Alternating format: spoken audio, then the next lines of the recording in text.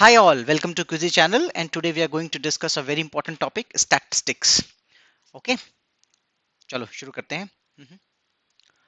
Introduction. Now statistics. Now what is a statistics? Simple question. I hope ये आपने word पहले सुना होगा. ठीक है. Statistics deals with collection, okay, classification, presentation, analysis and interpretation of data. अब ये सब करने के लिए there are some statistical constants जो हम कैलकुलेट करते हैं फॉर आवर डेटा पॉइंट्स. ठीक है. और ये जो स्टैटिस्टिकल कांस्टेंट है इनको हम दो कैटेगरी में डिवाइड करते हैं. फाइन. Two categories.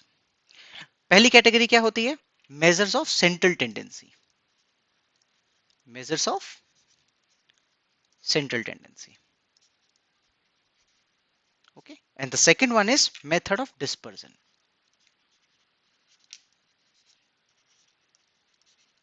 फाइन. ये दो तरह के स्टैटिस्टिकल कांस्टेंट्स हो गए. अब देखो सेंट्रल टेंडेंसी का मतलब क्या होता है. मान लो ये आपकी न्यूमेरिकल लाइन है. और आपके पास बहुत सारे पॉइंट हैं. ठीक है. Data points. तो इसमें जो सबसे बीच का होता है सेंट्रल पॉइंट. ठीक है. एक कोरोलरी ड्रॉ करो. उसी को ही हम कहते हैं measures of central tendency. Fine. अब इसमें क्या क्या होता है? देखो इसमें होता है आपके मीन. मीन भी आपके तीन तरह के हो जाते हैं. Arithmetic mean, geometric mean, harmonic mean. Okay. और मीडियन. और तीसरा क्या होता है? मोड. ये हो गया आपका मेजर्स ऑफ सेंट्रल टेंडेंसी कि किसके अराउंड आपका डेटा स्प्रेड है. ठीक है. और मेथड ऑफ डिस्पर्जन आपको बताता है कि उनके बीच डिफरेंसेस कितने हैं. ठीक है. अब जैसे देखो एक हमने ये लिया. अब मान लो ऐसे होते सारे. फाइन. मीन दोनों का सेम है लेकिन देखो इसका स्प्रेड बहुत कम है. ये सब यहां से लेके यहां तक ही फैले हुए हैं. और जबकि ये यहां से यहां तक. इन दोनों में डिफरेंस. तो इसको कहते हैं इस तरह के कांस्टेंट्स को कहते हैं मेथड ऑफ डिस्पर्जेंस. और इसको निकाल इसके लिए क्या क्या कांस्टेंट्स होते हैं? एक होता है आपका रेंज. रेंज निकालते हैं इसके लिए. इसके लिए हम इंटर क्वार्टाइल रेंज निकालते हैं. आपका एक होता है मीन डेविएशन होता है. स्टैंडर्ड डेविएशन होता है. और वेरिएंस. ठीक है. ये सब स्टैटिस्टिकल कांस्टेंट है जिसको हम निकालते हैं. और इन्हीं कांस्टेंट्स की हेल्प से हम अपने डेटा को कंपेयर कर सकते हैं, एनालाइज कर सकते हैं. ठीक है. Let's take each of them one by one. देखो मीन क्या होता है. चलो मीन में भी एरिथमेटिक मीन क्या होता है. Let's call it M. Arithmetic mean होता है इट्स सिंपल एवरेज है वो. इसको कैसे डिफाइन करते हैं? एक्स बार. आपके पास मान लो तीन वेरिएबल हैं तो इन सबको जोड़ दो और divide by number of observations. ठीक है. एन आपका क्या है? Number of observation. 10 नंबर है तो एन की वैल्यू 10 हो जाएगी. 3 है तो 3 रहेगी. ठीक है. इसको कहते हैं आपका अरिथमेटिक मीन. ज्योमेट्रिक मीन क्या होता है? Geometric mean is simple. इसमें क्या करते हैं? यहां तो हम ऐड कर रहे हैं. यहां पर हम क्या करते हैं? लेट्स कॉल इट इसको चलो कुछ दूसरा नाम देते हैं. इसमें हम क्या करते हैं? हम सब के सब नंबर्स को मल्टीप्लाई कर देते हैं. ओके. और उसका रूट निकाल लेते हैं 1/nth. दो नंबर हैं तो स्क्वायर रूट हो जाएगा. तीन नंबर हैं तो क्यूब रूट हो जाएगा. ठीक है. एन नंबर है तो nth रूट हो जाएगा. इसको बोलते हैं ज्योमेट्रिक मीन. हार्मोनिक मीन में क्या करते हैं? HM. ओके. हार्मोनिक मीन में हम क्या करते हैं? देखो मैं बताता हूँ. जैसे मान लीजिए आपके पास ये नंबर्स हैं x1 x2 x3 xn. इनका मीन लिया तो अरिथमेटिक मीन हो गया. लेकिन हार्मोनिक मीन में हम इसके रेसिप्रोकल का मीन लेते हैं। ओके, और इनके जो न्यूमेरिक, इनके जो रेसिप्रोकल है उनको ऐड कर दिया, और मान लीजिए ये आपका जेड हो गया आपका हार्मोनिक मीन।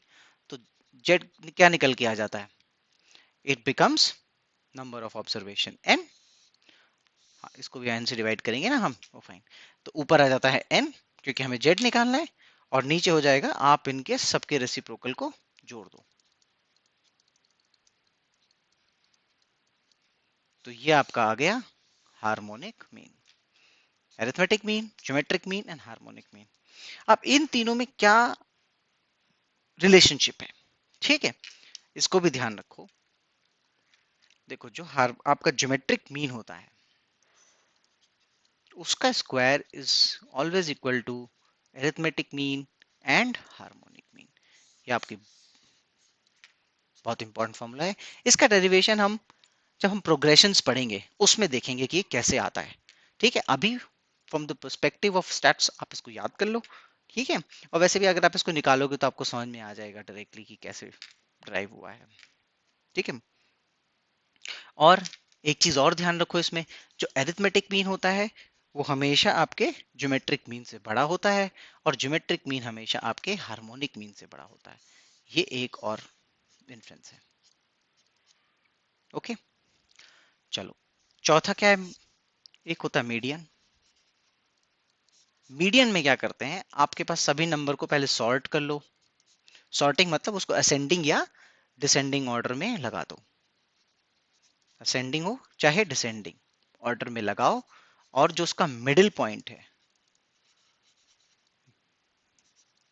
वही आपका मीडियन होता है। ठीक है, अब इसमें देखो, फॉर एग्जाम्पल आपके पास ऑड नंबर है, ऑड नंबर्स हैं, जैसे मान लीजिए 1 2 3 4 5। तो इसमें से आसान है निकालना मिडिल पॉइंट थर्ड। लेकिन अगर आपके पास इवन है फिर क्या करोगे, तो इसमें मिडिल पॉइंट तो निकाल नहीं सकते क्योंकि मिडिल पॉइंट तो दो है। तो मिडिल इसमें निकालने के लिए क्या करते हैं, जितने भी बीच के दो हैं उनको हम ऐड करके उनका मीन ले लेते हैं, यानी 3.5 इन दिस केस। इसको हम मीडियन कहते हैं। मॉड, मॉड होता है जो मोस्ट ऑफन अकरेंस है, जिसकी जो सबसे ज्यादा बार अकर हो रहा है। लेट्स से आपके पास नंबर है 2 3 5, 5 6 7 8। तो इसमें अगर हम मॉड निकालेंगे तो सिंपल क्या हो जाएगा, वो नंबर जो सबसे ज्यादा बार अकर कर रहा है। तो इनकी इस एग्जाम्पल में क्या है 5। ओके, तो ये इसका मॉड हो जाएगा। Got it. अब चलो मेजर्स ऑफ डिस्पर्सन देखते हैं।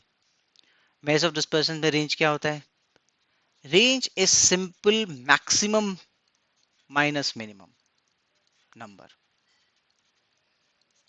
आपके पास मान लीजिए कोई नंबर है 1 2 3 4 5 6, तो इसकी रेंज क्या हो जाएगी 6 - 1 5, क्योंकि मैक्सिमम नंबर आपका 6 है, मिनिमम नंबर 1 है, तो इसका जो डिफरेंस होता है उसको बोलते हैं रेंज। Got it. अब आपका इंटर क्वार्टाइल रेंज क्या होता है, हुँ? देखो एक एग्जांपल लेते हैं। Let's say 5 9 13 15 21 27 29, 1 2 3 4 5 6 7। फाइन। अब देखो इसमें हम निकालते हैं Q1, Q2, Q3 and Q4। Not Q4, Q1, Q2, Q3। तो Q2 क्या होता है, ये आपका मीडियन होता है। हुँ? यानी इसको बोलते हैं 50th परसेंटाइल भी बोलते हैं। ये हो गया आपका 25th परसेंटाइल, और ये होगा आपका 75th परसेंटाइल। ओके, तो इसमें देखो ये सॉर्टेड नंबर्स हैं, तो इसमें मीडियन क्या होगा, ये हो गया आपका Q2। Got it. और 25th परसेंटाइल, इसका मतलब है कि 1/4 पोजीशन पे होगा वो, और 25% नंबर से आगे होगा। हम्म, तो इसमें बीच में क्या हो जाएगा आपका, this will be your Q1, और इसमें ये हो जाएगा आपका ऐसे ही Q3। हम्म, और इसको बोलते हैं, क्या बोलते हैं इसको, फर्स्ट क्वार्टाइल भी बोलते हैं, इसको सेकंड क्वार्टाइल, इसको थर्ड क्वार्टाइल। फाइन। अगर फॉर्मूले में की बात करें तो Q1 को लिखते हैं हम n+1/4 नंबर, Q2 को लिखेंगे तो क्या हो जाएगा, n+1/2th नंबर। ठीक है, और Q3 को लिखेंगे तो सिंपली 3n+1/4 नंबर। तो सॉर्ट करने के बाद इन इन पोजीशंस पे जो भी नंबर होंगे उसको हम फर्स्ट क्वार्टाइल, सेकंड क्वार्टाइल और थर्ड क्वार्टाइल बोलते हैं। Okay, and then what is IQR? IQR is the simply the difference between third quartile and the first quartile. इसको बोलते हैं IQR। Okay, fine. और ये तो आपका सेकंड हो गया। थर्ड है आपका मान लो क्वार्टाइल डेविएशन। क्वार्टाइल डेविएशन कुछ नहीं होता है, इसको सेमी इंटर क्वार्टाइल रेशियो बोलते हैं। तो Q3 - Q1/2 को क्वार्टाइल डेविएशन बोलते हैं। Got it? बस, जब भी हम इसका एक एग्जांपल लेंगे, डोंट वरी, तब हम ये कैलकुलेट करेंगे कि कैसे आ रहा है, then it will become more clear to you. अभी आप सिंपली थ्योरी पे फोकस करो थोड़ा। ठीक है, और बाकी मेजर्स कौन से हैं? Mean deviation. देखो, मीन डेविएशन क्या होता है? मीन डेविएशन में लेट्स से आपके पास नंबर है x1, x2, x3, x4, x5, और इसका हम पहले ले लेते हैं मीन। मान लीजिए x बार मीन है। फिर हम देखते हैं कि सारे नंबर्स मीन से कितनी दूर हैं। ठीक है, तो देखो x1 - x बार, x2 - x बार, x3 - x बार, x4 - x बार, x5 - x बार। ठीक है, और फिर इन सब का हम मॉड ले लेते हैं। मॉड मतलब अगर कोई नंबर नेगेटिव है तो उसको पॉजिटिव कर देते हैं, क्योंकि हम नहीं चाहते कि नेगेटिव पॉजिटिव ऐड होके जो हमें सम मिले वो कम हो जाए, एक दूसरे को कैंसिल कर दें। ठीक है, मान लीजिए जितना भी डिफरेंस, जैसे 1 2 3 4 5 का अगर एग्जाम्पल लेंगे, वहां पर आपको मीन डेविएशन अगर इस तरह से जोड़ेंगे तो जीरो मिलेगा अगर आप मॉड नहीं लेंगे तो। और इन सब को हम फिर ऐड कर देते हैं। ऐड करने के बाद we will divide it by 5 in this case, और इसको हम बोलते हैं मीन डेविएशन। तो अगर मैं इसको फॉर्मूले और समेशन के फॉर्म में लिखूं तो आपका ये हो जाता है xi minus x bar upon n, और इसका मॉड। ऑफ कोर्स सम का मतलब होता है, इस साइन का मतलब होता है सम ऑफ ऑल, जो भी। अब ये i जो वेरी करेगा कहां से, 1 से लेके n तक। थोड़ा सा क्लियर करके लिख देता हूं, i 1 से लेकर n तक वेरी करेगा। ठीक है, उन सबको जोड़ देते हैं और ऐसे आपका मीन डेविएशन निकल जाता है। स्टैंडर्ड डेविएशन में क्या करते हैं हम, स्टैंडर्ड डेविएशन में हम इसका मॉड नहीं लेते बस। ठीक है, इसमें हम क्या करते हैं, रहता वही है, हम इसमें xi माइनस x बार को स्क्वायर कर देते हैं और फिर हम उसको ऐड कर देते हैं। तो जो भी डिफरेंस आया नंबर का उसके मीन के साथ, उसको स्क्वायर कर दो और फिर उस वैल्यू को सबके लिए ऐड कर दो और फिर n से डिवाइड कर दो। That gives you standard deviation.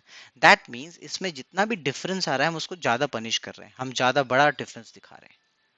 ठीक है, and that's why standard deviation is widely used, more popular than mean deviation.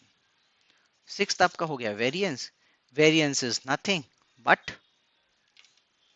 मैंने मिस्टेक कर दी, सॉरी, स्टैंडर्ड डेविएशन इसका रूट होता है, क्योंकि हमने यहाँ स्क्वायर कर दिया तो हम इसका रूट ले लेते हैं, स्टैंडर्ड डेविएशन हो जाता है। और वेरिएंस क्या होता है, स्टैंडर्ड डेविएशन का स्क्वायर, यानी सिंपली ये जो मैंने पहले लिखा था, this is called variance. Okay, so this covers all the constants that we have in statistics. Okay, चलो अब एक क्वेश्चन सॉल्व करते हैं which says, और इसमें हम सारे वैल्यू को कैलकुलेट करेंगे ताकि आपको क्लियर हो जाए कि कैसे क्या निकालना होता है। ये आपका नंबर है मान लीजिए। हम्म, तो एरिथमेटिक मीन निकालनी है तो क्या करोगे? 3 plus 13 plus 7 plus 27 plus 25 plus 31 divide by 1 2 3 4 5 6 6, ये आपका एरिथमेटिक मीन दे देगा।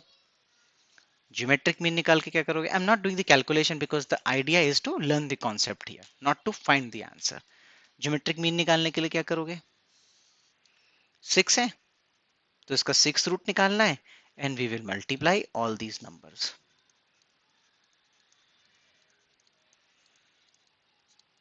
ओके, अब देखो हार्मोनिक मीन निकालने के लिए आप सीधे फॉर्मूला भी यूज कर सकते हो। इफ यू रिमेंबर, मैंने आपको फॉर्मूला बताया, gm square is equal to am into H M. या तो आप इसको यूज कर लो या सीधे सीधे आप फॉर्मूला भी यूज कर सकते हो, इक्वल्स टू n अपॉन यानी 6 upon 1 upon 3 plus 1 upon 13 plus 1 upon 7 plus 1 upon 27 plus 1 upon 25 plus 1 upon 31। Good. Fourth और क्या नहीं होता है? मीडियन। मीडियन निकालने के लिए आपको क्या करना पड़ेगा? इसको सॉर्ट करना पड़ेगा पहले, ठीक है? तो चलिए इसको सॉर्ट कर लेते हैं। तो आपका आ गया देखो 3, 3 के से बड़ा है 7, 13, 25, 27 एंड 31। 1 2 3 4 5 6, 6 नंबर्स हैं। तो ऑब्वियसली मीडियन कैसे निकालते हैं हम? n plus one by tooth number होता है। यहाँ पर 6 है यानी 7/2 यानी 3.5 यानी 3.5 यानी इन दोनों के बीच में।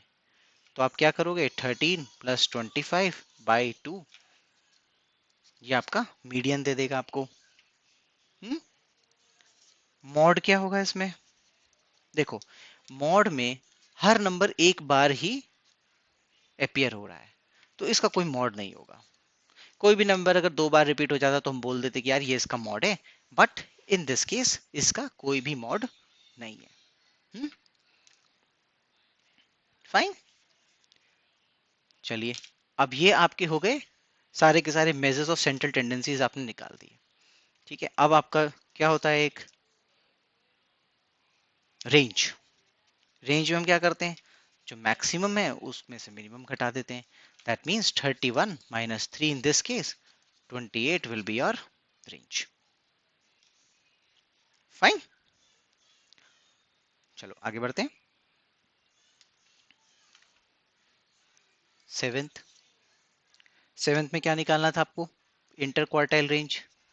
इंटर क्वार्टाइल रेंज के लिए Q2 तो हम निकाल चुके हैं, तो हमें Q1 निकालना है और Q3 निकालना है। इसके लिए Q1 क्या होता था? n plus one by fourth item, और ये होता था आपका n plus one by 3 into N plus one by fourth item. तो इसको निकालोगे तो कितना आएगा? 6 plus one 7/4, it will give you 7 by fourth item, या इसको 1 और 3/4 भी लिख सकते हैं। Got it? यानी कैसे करोगे? फर्स्ट आइटम ये कैसे निकालोगे?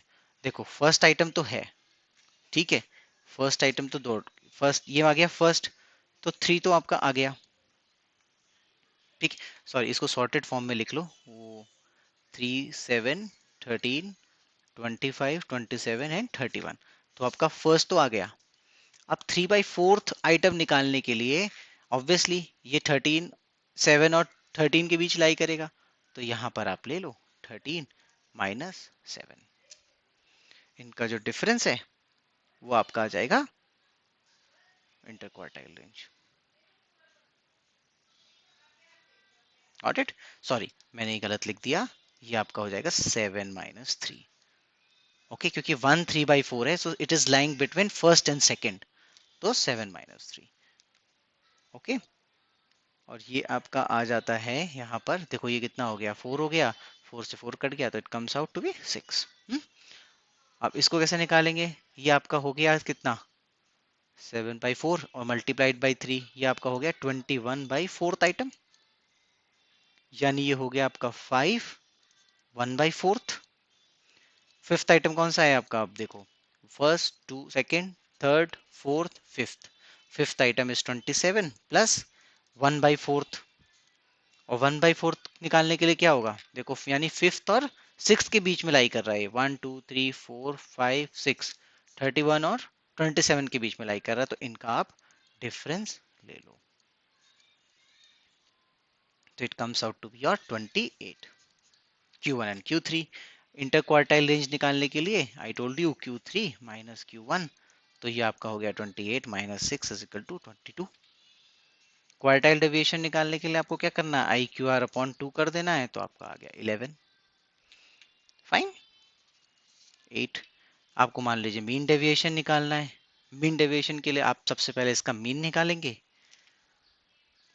चलिए इसका मीन निकाल लेते हैं, अब मीन की जरूरत पड़ गई है तो so let's take the mean, ये हो गया आपका 10, 10 plus 13 is 23 and